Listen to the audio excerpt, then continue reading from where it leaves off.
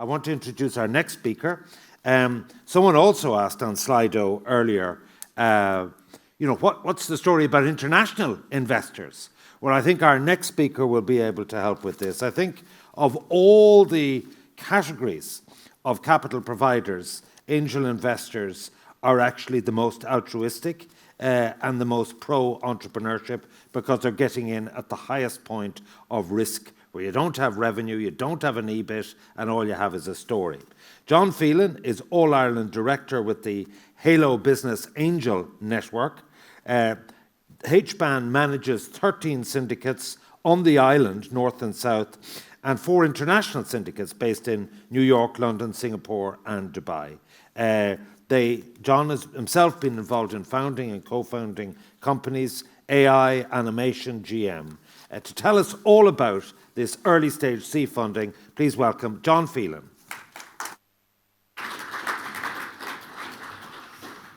Thanks, Ivan. You're very good. A lot of stuff there I didn't know. Thank you. Afternoon, folks. Welcome. I'm John Phelan from HBAN. Just going to give you a quick overview of what HBAN does and the angel community that we have in Ireland. I do recognise quite a lot of faces, so a few of you are going to recognise some of the slides here, particularly the bit about the marriage with a planned divorce, but we'll come to that in a minute. Okay, folks, so I suppose, who are we? Who is HBAN? What do we do? So we were established in 2007, and we are funded by Enterprise Ireland and Intertrade Ireland. And we've become the umbrella organisation for angel investing on the island of Ireland. We've grown from, I would say, I remember the first meetings that we would have had back in 2007, where we had 2 or 3 people in a room who said they had money, and we didn't really believe they had money. And we had 2 or 3 companies on the other side of the table who said that they had companies that were worth investing in, and they weren't really. That has grown phenomenally since then. I'll go into where we are now based on that. So what we've become is a trusted network for business angels on the island. What we're not is we're not a seed fund. So we don't gather funds and then we don't make the decision what to invest in. We are basically a dating agency. That's what we do. So we're a dating agency. The marriage with a planned divorce, if you look at it, that we take on one side the high net worth individuals who want to invest in early stage companies and have good opportunities, but with good qualified deal flow coming through. And on the other side, we have early stage companies that are looking for not just capital, but also people who can help them on the journey in terms of what markets to go into, what their network is like, their experience.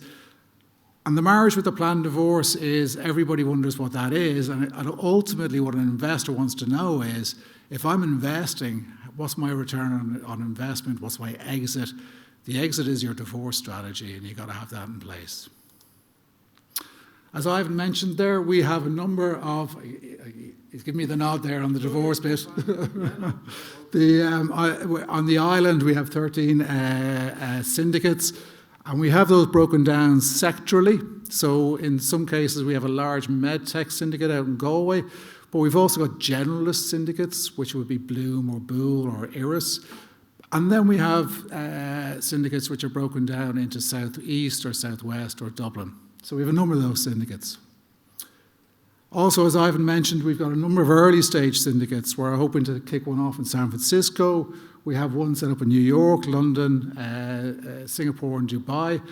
Over the last number of years, they've contributed about 4 million into early stage companies in Ireland, which could be an awful lot more, and I think we'll start leveraging that in the coming years.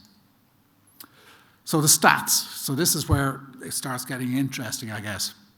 So over the years, so since 2007, we've done 690 deals. Of that 690 deals, 160 million was invested from our network, so from privates who are putting their own capital from their own back pockets into companies. It's over 160 million has been invested. On top of our guys, because we do a lot of syndicated investments with others, with other VCs or with other privates or other international investors, we don't care. We would see about another 350 has been invested. So overall, there's been over 500 million has been invested in these 690 companies since 2007. If you go around to as I'm looking at it from your side, the left-hand side of the wheel on the left-hand side, the average investment is about 255,000 coming from our angels, but the average investment going into a company is about 1 million. So that's probably about our sweet spot. But the interesting thing for a lot of people, if I go back to the early days, we would have had people coming in saying, I have about 250,000 euros, I'm going to put it on black. I'm going to put it on that company there because I understand what these guys are doing. Those days are long gone. What's happened in the last 5 to 10 years is that people are coming in and they might say, I have 250,000 euros, but I'm going to put 10 bets of 25 grand each on those companies. And what I'm going to do is go in with a syndicate, and the syndicate will have 10 other people who will go in. And between us, we'll put in 250,000 euros.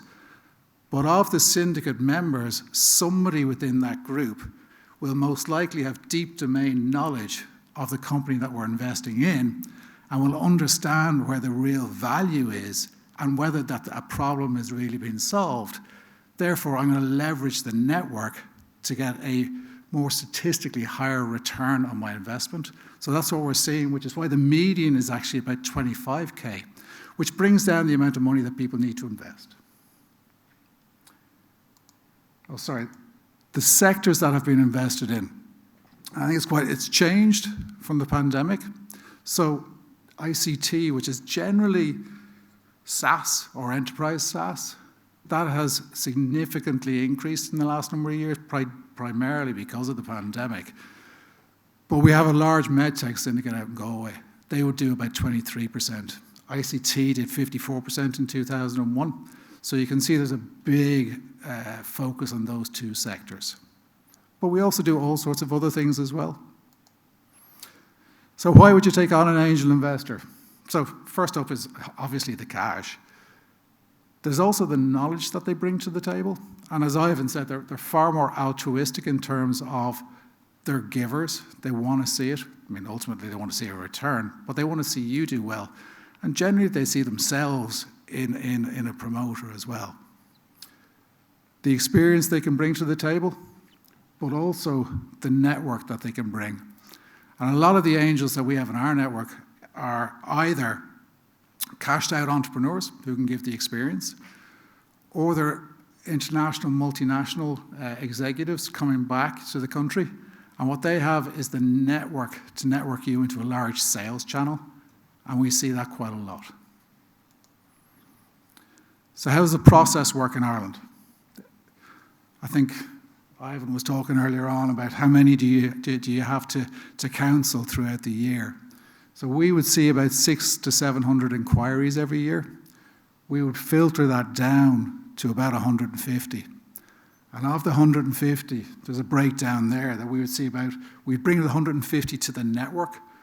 About 30 of those are medical and life science, 15 are food, 20 in product, and probably 100 plus in software and ICT. We then work with the companies. We don't just let them go in blind. We find that we've got to help direct the messaging. So we would have at least 10 hours of prep work with them in terms of their documentation and also in terms of their presentations and how they position themselves for funding. What happens then is, on the other side of the equation, and again, we are a marketplace, is that we have about 900 registered angels, about 400 are active at any one time, and they would get to see a 10-minute pitch followed by a 10-minute Q&A, and then there's a whole process that they follow up with after that to get investment. What do we look for in companies? So, are you investor ready? That business plan, really what we're looking at is, does it have a business model? Is that explicit in the business plan? The value proposition, the financials, the competitors, the strategy, does it all make sense? The valuations, and one of the panels earlier, we were talking about valuations and where are they at? Are they under stress at the moment? We'd probably be at the lower end of valuations, just from what I see in the marketplace. We'd be on the 3 million less or less is really where we would sit. When you're going to the presentations then, are you revenue generating? That's going to be a decision for the investors in terms of how they see you or how you're perceived in terms of risk profile. Is the proposition scalable? Do you have a proof of concept there? And what's the investor's role that you're looking for? So far to date, this year, 2022, how are we looking? So we've done 22 up to the end of Q3. We've done 22.2 million into 60 deals. That's the best year to date that we've had. So if I put that in context, in 2021, we did 18 million into 71 deals. So this year is going to be by far our best year, which would be unexpected given the climate that we're in. But a lot of that is because the deals were started at the first half of the year and the follow-through is happening now. But we still have good deal flow. We still have good deals that are still in legals and DD at the moment. During the year, we were nominated the 6th best performing network in Europe, and that was just on pure capital invested. A stat I always come back to, because we do keep knocking ourselves in Ireland that we don't really have a really good angel community. And one thing, we run a conference every year, and in 2020, excuse me, we had the chair of Tech Coast Angels, a guy called John Harbison, was over doing the keynote. And he was letting everybody know that Tech Coast Angels, one of the best known angel groups in the United States, invested 19 million into 53 deals. And he was astounded when we were able to tell him, well, actually, we did 17 million into 66 deals. So very comparable to the west coast of the US. So I think I would always bring that back and stop knocking ourselves. We do have a lot of good stuff going on. There's lots we could do better, fully appreciate that. But I think we do have a good ecosystem. Highlights and trends from last year, we did 18 million, but there was another 100 million that was invested on top of that 18 million. So 118 million was invested into 71 companies last year, which is a phenomenal amount of capital going in. The average investment from the Hband side in each of those deals was just over 250,000. The median was about 25K. And I suppose the observation we saw last year was that we were seeing bigger deals coming through by a lot more individuals. To put that in context, this year, the 22 million that you saw there, there's over 450 checks have been written for that. That's it, folks. I think hopefully that gives you a whirlwind view of what HBAN is and what the angel community in Ireland is doing. I don't know. No, a minute or two if you want to question. No, it's absolutely. You'll be around maybe. We're finishing up before 4 o'clock, but I want to congratulate you. What a really concise insight into what's out there, both if you're an investor looking to put a few quid in and the businesses. It seems, I thought it was going to be quite ad hoc and random. It sounds very good. Congratulations. Yeah, John Phelan, okay.